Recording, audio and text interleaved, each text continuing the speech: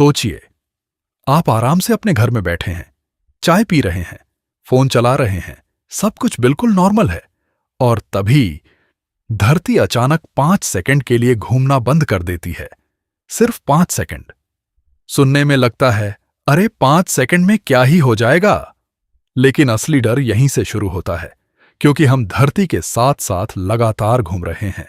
धरती हमें रुकी हुई लगती है, लेकिन असल में ये बहुत तेज स्पीड से घूम रही है। इक्वेटर के पास धरती की रोटेशन स्पीड लगभग 1670 किलोमीटर प्रति घंटा होती है। मतलब आप, मैं, आपका घर, आपका फोन, पेड़, गाड़ियां, समंदर, सब कुछ धरती के साथ इसी स्पीड से घूम रहे हैं। अब सोचिए, अगर धरती अचानक रुक जाए तो धरती तो रुक जाएगी, लेकिन उसके ऊपर मौजूद चीजें तुरंत नहीं रुकेंगी। क्यों? क्योंकि फिजिक्स में एक रूल होता है, इनर्शिया।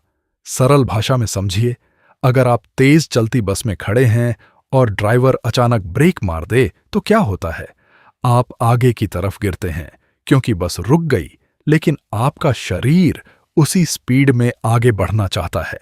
अब बस की जगह धरती को रख दीजिए और ब्रेक की जगह इमेजिन कीजिए कि पूरी धरती ने अचानक घूमना बंद कर दिया। अब क्या होगा? सबसे पहले धरती की सरफेस पर मौजूद हर चीज ईस्ट डायरेक्शन की तरफ जबरदस्त स्पीड से फेंकी जाएगी। इंसान, जानवर, गाड़ियां, बिल्डिंग्स, ट्रीज, सब कुछ। ऐसा लगेगा जैसे पूरी दुनिया पर एक इनविजिबल हाथ ने जोरदार धक्का मार दिया हो। आपको लगेगा कि कोई तूफान आया है, लेकिन असल में हवा नहीं, पूरी जमीन ही रुक गई है और आपका शरीर अभी भी पुरानी स्पीड से आगे बढ़ रहा है। अगर आप इक्वेटर के पास हैं तो इम्पैक्ट सबसे ज्यादा होगा। वहां चीजें लगभग एयरप्लेन जैसी स्पीड से उड़ सकती हैं। स्टिक फिगर बेचारा चाय पी रहा था, धरती रुकी और भाई साहब सीधा हवा में। लेकिन कहानी यहीं खत्म नहीं होती। अब बात करते हैं हवा की। धरती तो रुक गई, लेकिन एटमॉस्फेयर यानी हवा भी तुरंत नहीं रुकेगी। हवा भी इनर्शिया की वजह से पहले जैसी स्पीड से मूव करती रहेगी। इसका मतलब पूरी धरती पर ऐसे तूफान चलेंगे जिनकी स्पीड नॉर्मल तूफानों से कई गुना ज्यादा होगी। इतनी तेज हवाएं कि बड़े बड़े पेड़ उखड़ सकते हैं, बिल्डिंग्स टूट सकती हैं और समुद्र की लहरें शहरों के अंदर तक घुस सकती हैं। मतलब ये सिर्फ हवा नहीं होगी, ये प्लैनेट लेवल डिस्ट्रक्शन होगा। अब आते हैं समुद्र पर। धरती के रुकने से ओशंस भी अचानक बिहेव करेंगे। पानी भी इनर्शिया के कारण अपनी मोशन जारी रखना चाहेगा। इससे मैसिव वेव्स बन सकती हैं।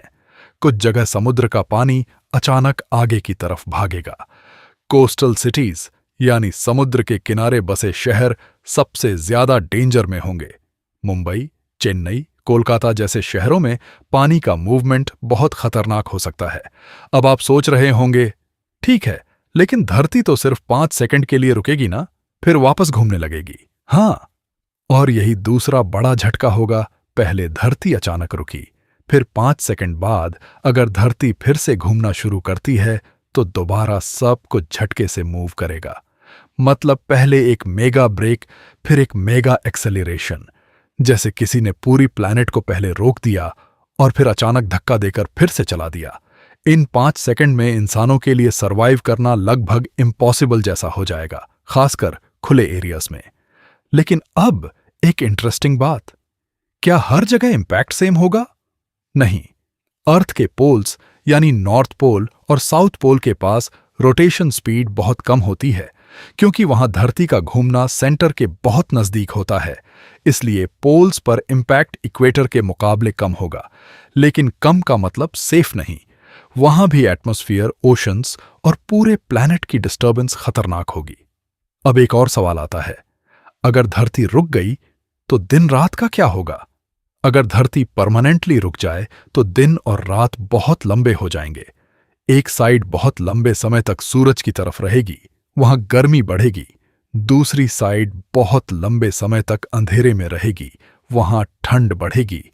लेकिन हमारे केस में धरती सिर्फ 5 सेकंड के लिए रुकी है, इसलिए दिन रात पर बहुत बड़ा लॉन्ग टर्म इफेक्ट नहीं होगा।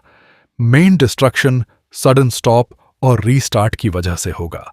अब स्टिक फिगर साइंटिस्ट बनकर बोलेगा तो कंक्लूजन ये है कि 5 सेकंड कम नहीं होते।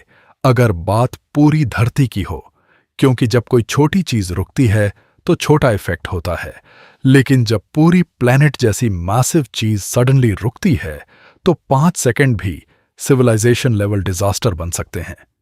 हम यूजुअली धरती को स्टेबल मानते हैं। हमें लगता है कि जमीन हमेशा हमारे नीचे शांत है, लेकिन असल में हम एक स्पिनिंग प्लैनेट पर खड़े हैं जो स्पेस में लगातार मूव कर रही है। हमारी पूरी जिंदगी इस मूवमेंट पर डिपेंड करती है। धरती का घूमना ही हमें नॉर्मल दिन रात देता है, मौसमों का बैलेंस देता है, हवा और ओशन करंट्स को शेप करता है, और सबसे बड़ी बात, हमें ये इल्यूजन देता है कि सब कुछ शांत है। लेकिन रियलिटी में हम सब एक जायंट स्पिनिंग बॉल पर बैठे हुए हैं, और अगर इस बॉल ने सिर्फ 5 सेकंड के लिए भी ब्रेक मार दिया तो दुनिया वैसी नहीं रहेगी जैसी हम जानते हैं। तो अगली बार जब आपको लगे कि धरती शांत है, तो याद रखना, ये शांत नहीं है, ये हमें लेकर लगातार घूम रही है, और हमारी सेफ्टी इसी बात में है कि ये बिना रुके स्मूथली घूमती रहे।